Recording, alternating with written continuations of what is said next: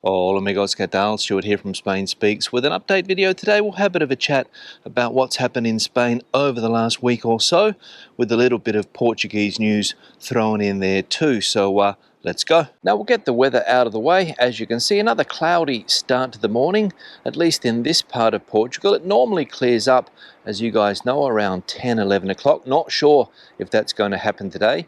And we don't have the typical morning sea mist that we've had for the last few days. Temperature today around 21, 22 degrees Celsius, fairly typical for this part of Portugal. And it's the nighttime temperatures here that impress me the most, because it's easy to get to sleep, unlike some other parts of the Iberian Peninsula, for example, Madrid. So, what's been happening in Spain over the last week or so? Well, it was a big week for politics in Spain, a big week for Madrid.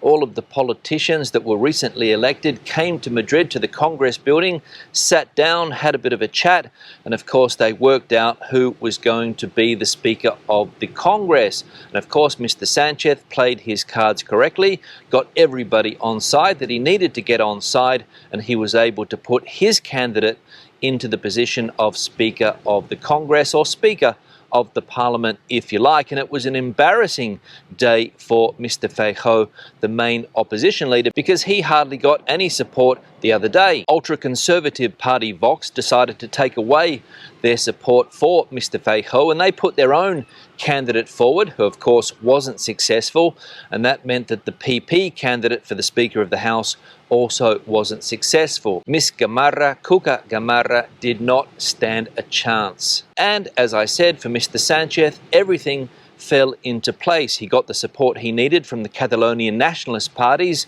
The Republican Left Party of Catalonia and Junts per Catalunya gave him their support, and he was able to get the 178 votes that he needed to put his person into the position of Speaker of the House. It doesn't necessarily mean that he's going to be the next Prime Minister of the country. They have to start those talks on Monday, I believe. The King is going to call the leaders of the two main political parties, Mr. Sanchez and Mr. Feijóo, to his palace. They're going to sit down and they're going to work out who will preside the government for the next 4 years. But if I were a betting man, I would put my money on Mr. Sanchez. And one thing I will say is that Mr. Sanchez is a very astute politician and knows how to get people on his side. I don't know what he promises these other political parties, but he knows how to get them on his side, unlike the Partido Popular, which only seems to make enemies. Now, although we don't know everything that goes on behind the scenes when it comes to the negotiations between the PSOE and those separatist parties, or those independent parties in Catalonia and the Basque Country, we know some things. For example, they want an amnesty for those Catalonian separatist politicians from a few years ago, a complete amnesty, I believe. They also want to be able to use their regional languages, Catalonian, Basque and Gallego, in the national parliament and at a national level, something that didn't happen before. It only happened apparently in those regional areas. So, for example, in the Catalonian parliament, they spoke Catalan, of course, but now they want to be able to speak Catalan in the Congress in Madrid, something that hasn't happened up until now.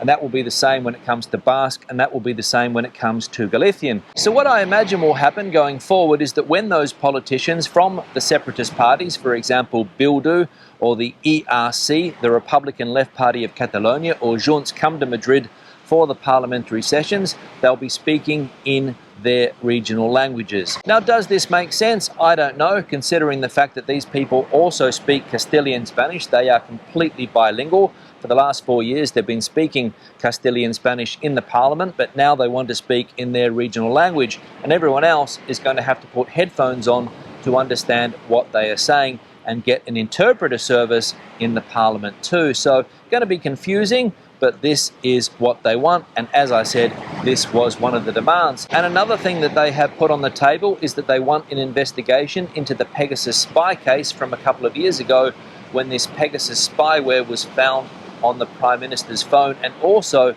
on the Minister of Defence's phone. So they want a complete investigation into that, something that hasn't happened up until now, surprisingly enough. Now, another story that has been dominating the press this week in Spain is about the serious wildfire that has been raging on the island of Tenerife over the last few days, or over the last week or so, I believe. A very serious wildfire there, and some 3,800 hectares have been destroyed. People have been moved from their homes, and a very serious fire according to all reports. In fact, some people are saying that they haven't seen a fire with this type of intensity for a long time, and I believe it's because the temperatures in the Canary Islands have been very hot over the last few days or so. And unfortunately, we seem to be talking about the topic of wildfires all too frequently in both Spain and Portugal. Every summer, as I said the other day in a video, these wildfires pop up, and it's not a question of if there's going to be fires, it's a question of where and when the fires are going to hit. So hopefully they start to get that fire under control on the island of Tenerife, and there's not a lot more damage caused by this serious wildfire. Let's hope.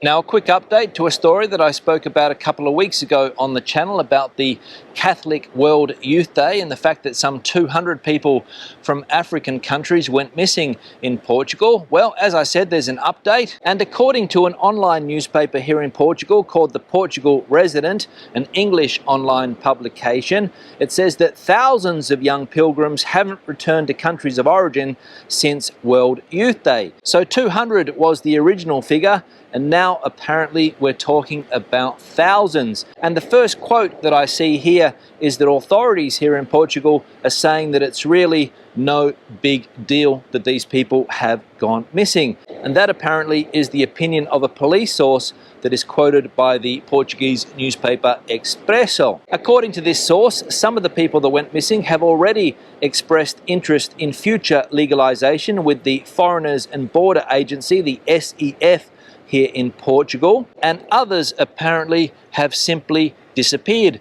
Nobody knows where they are. The majority of the people that have gone missing, according to this article, are from Portuguese-speaking countries. They call them the PALOP countries, Portuguese-speaking countries, as I just said. And basically what they're saying here is that the authorities' capacity to catch up with these people in the final analysis is zero. Nobody knows if these people are still in Portugal or they have gone into other European Union countries in the Schengen area. Nobody knows. And when it comes to the Catholic Church's opinion on this matter, a Cape Verdean bishop, Don Arlindo Furtado, has told the Catholic radio station Nova de Maria that he is not the least bit put out by the alleged disappearance of so many young people. And in a direct quote from this Catholic bishop, he said that for some it may have been the only opportunity they had to see an uncle who is ill and also to see the world. And he goes on to say that if the World Youth Day had been held in an African country, nobody would be complaining about Portuguese people that didn't return to their country of origin,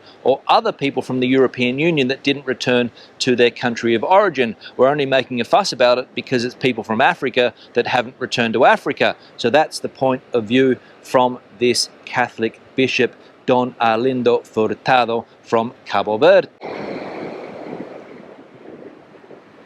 And the article finishes by saying that we may never know the exact amount of people that stayed in Portugal or went on to some other European country as a result of this Catholic World Youth Day. We may never know. On that note, I'm going to wrap the video up. Questions and comments, please leave them in the section below. Debate the video out as you normally do. If you have an opinion on any of the topics that I have spoken about today, the comment section is the place for you. Give the video a thumbs up if you liked it, thumbs down if you didn't. I'll see you in the next one. Hasta luego.